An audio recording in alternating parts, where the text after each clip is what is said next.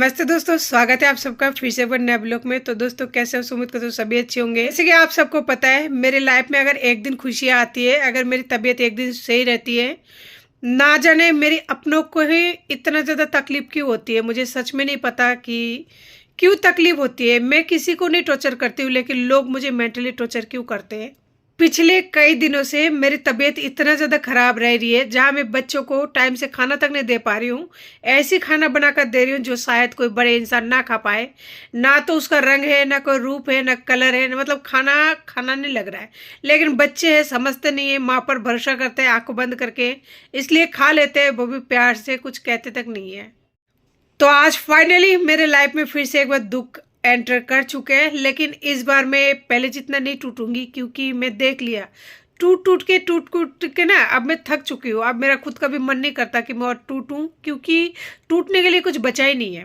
मेरे पास कुछ भी नहीं बचा कि मैं उस चीज़ को तोड़ूं। जो रही बात दिल की, तो दिल तो बहुत पहले टूट चुका था और इतने टुकड़े हो चुके हैं कि उस टुकड़े में टूटने के लिए कुछ भी नहीं बचा है। तो फाइनली मेरे पास आज दोपहर को आया है एक तीसरा नोटिस तलाक का। यानी कि मेरा पति पहले 2 नोटिस तलाक के लिए भेजा था, जो मैं आप लोगों के साथ में बहुत पहले शेयर भी किया था, और आज तीसरा नोटिस आया है। लेकिन मैं कोर्ट नहीं जा सकती। कोर्ट इसलिए नहीं जा सकती, मेरी तबीयत ठीक नहीं है। मैं कल के दिन सही रही और आज का दिन मेरा वैसे रो रो के हालत ख़राब है। लेकिन मैं अपनी बच्चों की जान जोखिम में डाल के कोर्ट में नहीं जाऊंगी, क्योंकि मुझे सोनू को लेकर हॉस्पिटल जाना है थोड़े दिनों में। मुझे उसका ध्यान रखना है, और जो छोटू है उसका ध्यान रखना है, खुद का ध्यान रखना है। जैसे कोर्ट की तरफ से अगर नोटिस आते हैं ना 3 बार, तो अगर इंसान नहीं जाता, जैसे मैं नहीं जा पा रही हूँ, चाहे कारण कुछ भी हो, उससे कोई मतलब नहीं होता, तो कोर्ट क्या करते हैं, एक तरफा यानी एक्स पार्टी मान के और उनको डाइवोर्स का जो डिग्री होता है वो दे देता है। ये सभी के लिए एक जैसा नियम होता है। तो मैं नहीं जाऊंगी, क्योंकि मैं बच्चे संभालूं, या मेरी तबीयत इतना ज़्यादा ख़राब है कि मैं दोनों बच्चों को लेकर कोर्ट में पहुंचूं। और कोर्ट में पहुंचने का मतलब ये है, सारा दिन आपको वहां पर रहना पड़ेगा। कब आओगे? शाम को 7-8 बजे, क्योंकि कई बार जज नहीं होता है, कई बार जज लेट पहुंचता है, कई बार कुछ प्रोग्राम वगैरह चलता रहता है, और कई बार वकील लेट हो जाती है, तो बहुत सारी समस्याएं होती है। पहले तो मम्मी जयपुर में थी, तो मैं मम्मी के सारे बच्चों को छोड़ तो जाती थी। मुझे पता था मेरे बच्चे सेफ नहीं थे, लेकिन फिर भी हाँ घर पर थे, या जो भी है मन मार के चली जाती थी। अब तो वो भी नहीं है, तो मैं किसके सारे बच्चों को छोड़ जाऊं? तो बच्चों को मैं इस हालत में लेके नहीं जा सकती। अगर उनको एक तरफा तलाक लेनी है तो वो ले सकता है, बेशक ले ले।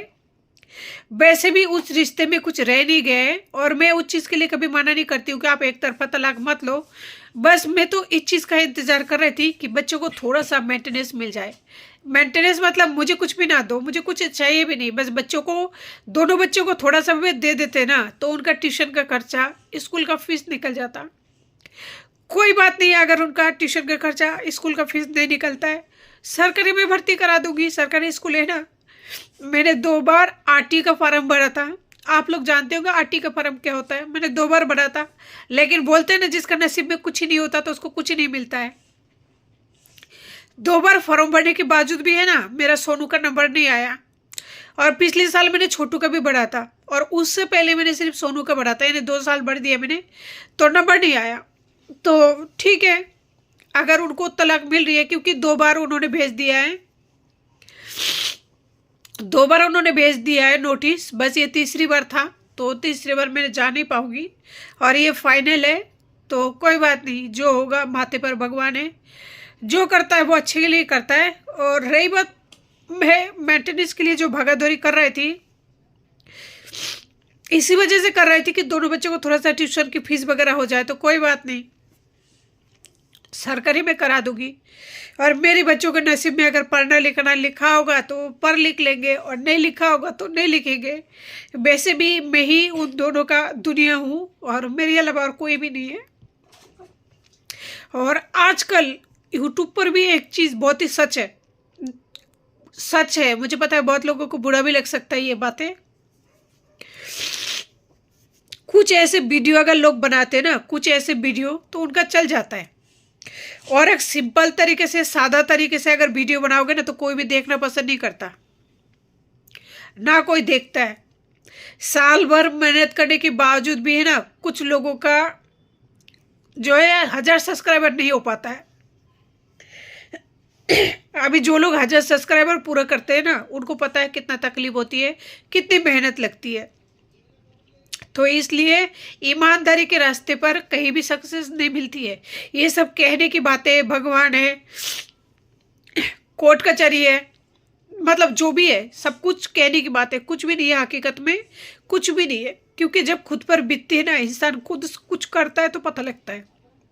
आज चाहे मैं किसी भी कारणवश नहीं जा पाऊँ, लेकिन उनको तो एक्सपर्टी मानकर डाइवोर्स मिल जाएगा। मुझे क्या मिला? मतलब क्या मैं उसे बिछड़ना चाहती थी, या क्या सच में अभी तो मेरा मन बदल चुका है, उनके प्रति मेरा कोई प्रेम भाव नहीं है, लेकिन क्या सच में मैं उसे प्यार नहीं करती थी? क्या इन दोनों बच्चों का मतलब वो बाप नहीं है? क्या इन पर उनका कोई मतलब हक नहीं है आज भी? मतलब कि इनको तो कुछ देना चाहिए ना। मुझे हाथ में ना देता, लेकिन कम से कम पढ़ाई का खर्चा तो दे देता। पढ़ाई पढ़ाई का तो डिजर्व करता है ना बच्चे। लेकिन पढ़ाई का भी कुछ नहीं मिला, फूटी कोरी भी नहीं मिला। मुझे फूटी कोरी भी नहीं मिला। मेंटेनेंस के केस डाले हुए आज 2 साल हो गए, कोई कार्रवाई नहीं हुई, कोई सुनवाई नहीं हुआ, कुछ भी नहीं हुआ।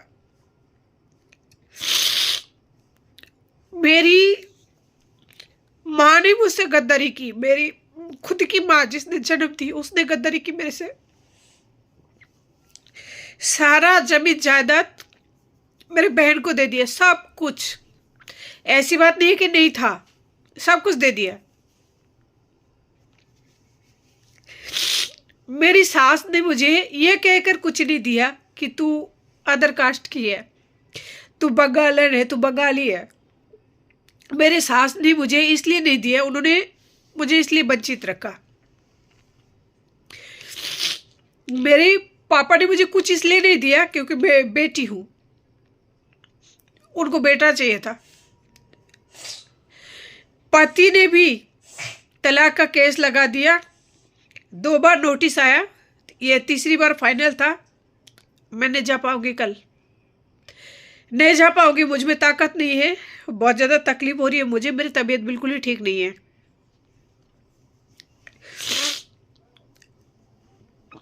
उनको भी तलाक मिल जाएगा, और वो भी बिना मेंटेनेंस दिए, क्योंकि उन्होंने आज से 2 साल पहले कोर्ट में लगा रखे थे फाइल। 2 कोर्ट की नोटिस मैंने शेयर भी किया था आप लोगों के साथ में। ये लास्ट नोटिस है, मैं इसे नहीं शेयर करूंगी क्योंकि कोई मतलब ही नहीं है।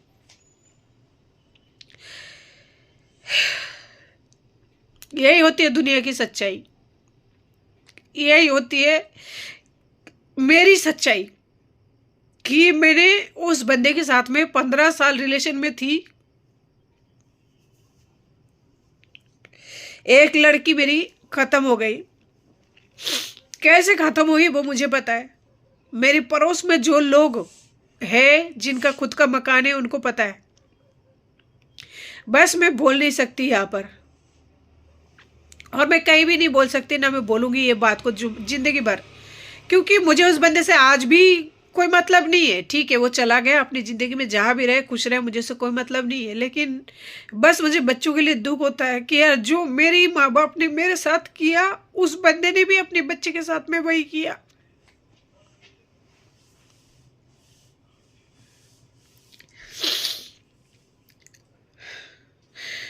उस बंदे ने भी वही किया।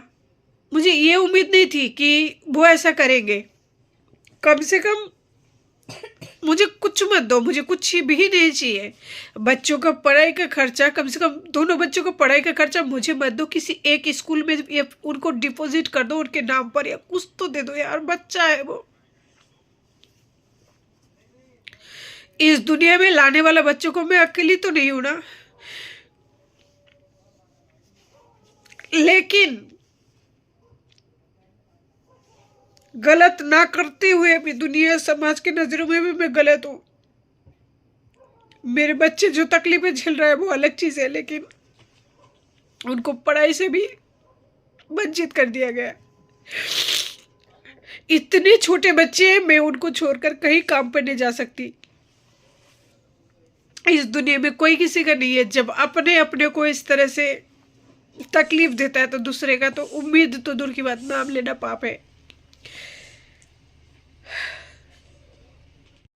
अगर दोनों पार्टनर में से एक पार्टनर खराब निकल जाती है ना, तो जो इंसान सही कहूँ या खुद को गलत कहूँ मुझे नहीं पता, लेकिन बच्चों की जिंदगी जरूर खराब हो जाती है दोनों पति पत्नी के बीच में। ऐसे आदमी को या तो शादी नहीं करना चाहिए, और अगर उनको ऐसे ही रहना था तो फिर उनको लिव इन में जो इंसान मिलता है उनके साथ रहना चाहिए। आज के टाइम पे कोई भी ऐसा चीज़ नामुमकिन नहीं है कि नहीं मिलता है, सब कुछ मिलता है। वो औरत भी तो उसको मिला है ना, वो भी तो मिली है, 2-3 बच्चों की माँ है, इतने बड़े बड़े बच्चे हैं, उसकी बच्चे की उम्र की तो मैं हूँ।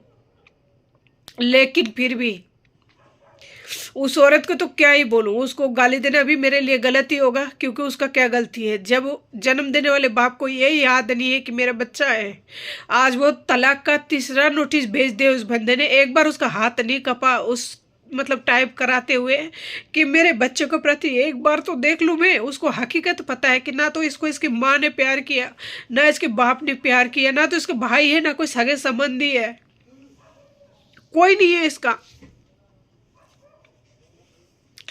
उसके बावजूद भी बंदे ने नोटिस भेज दिया। ये है इंसानियत। क्या मैं भरोसा कर पाऊंगी किसी और मेल पर? चाहे मैं उसको भाई क्यों ना बोलूं, क्या मैं सच में भरोसा कर पाऊंगी? नहीं कर पाऊंगी। अगर कोई सर बोले मैं बहुत ज्यादा शरीफ हूँ, मैं बहुत ज्यादा अच्छा इंसान हूँ, क्या मैं उस पर भरोसा कर पाऊंगी? नहीं कर पाऊंगी। कोई अगर औरत बोले कि मैं बहुत अच्छी हूँ, क्या मैं उन पर भरोसा कर पाऊंगी? नहीं कर पाऊंगी। मुझसे नहीं होगा। मैं सच कह रही हूँ, झूठ नहीं बोल रही हूँ। एक औरत ही है जिसने मेरी जिंदगी बर्बाद कर दिया, मेरे 2 बच्चों का भविष्य खराब कर दिया। एक आदमी है जिन्होंने इस तरह की हरकतें की जिसकी वजह से मेरी आज ये दशा है। मैं किस हाल में हूँ मुझे पता है। क्या गलती थी मेरी? क्या गलती थी मेरी? एक बार ये तो बता देते ना कि गलती क्या थी मेरी। इस बात का दुख नहीं है कि उसने मुझे छोड़ा है, इस बात का गम है कि उसने मुझे ये तक नहीं बताया कि मेरा गलती क्या है। जैसे मेरे माँ बिना बताए चली गई ना, वैसे मेरे आदमी भी बिना बताए चले गए। किसी ने ये तक नहीं बताया कि मुझे छोड़कर क्यों जा रहे हो। आज मैं अकेली तड़प रही हूँ, खुद को संभाल रही हूँ। खुद का जो मेंटल हेल्थ है पूरी तरह से बिगड़ चुका है, खराब हो चुकी है। कभी बिस्तर में इस तरीके से पड़ी हुई रहती हूँ ना, जहाँ बच्चों को एक रोटी देने के लिए बनाकर तरस जाती हूँ कि हे भगवान मुझे इतना शक्ति दो कि मैं बच्चे को एक रोटी बनाकर दे दूँ। मुझे नहीं पता मेरे नसीब मुझे कहाँ तक लेके जाएगा, लेकिन जो भी मेरे पति ने मेरे साथ किया वो कहीं से भी सही नहीं है। नहीं वो माफ़ी लायक है, वो नफरत करने के लायक है, लेकिन मैं उसे नफरत नहीं करूँगी। कोई मतलब ही नहीं बनता। जो इंसान बच्चों का नहीं होता वो मेरा क्या होगा? और नफरत भी तो दुश्मनों से की जाती है ना, लेकिन वो तो मेरा दुश्मन भी नहीं है, क्योंकि दुश्मन कैसे हो सकता है? जो इंसान बच्चों का नहीं हो सकता वो मेरा दुश्मन कैसे हो सकता है? ऐसे इंसान को तो मैं दुश्मन भी नहीं मानती। और मेरी माँ जो की है मेरे साथ में, वो मेरी माँ है। मेरे मुंह से शब्द निकलती है, मैंने उनसे प्यार किया जिस तरह मेरे पति को प्यार किया, मैंने इसी तरह से अपनी माँ से प्यार किया। लेकिन उन्होंने कभी मुझे बेटी समझा ही नहीं। शायद मेरी गलती है, शायद मुझ में कोई कमी होगी। मुझ में इतना हिम्मत नहीं है कि मैं सबको माफ कर दूं, क्योंकि अब मैं कठोर सी बन गई हूँ। नहीं है शक्ति।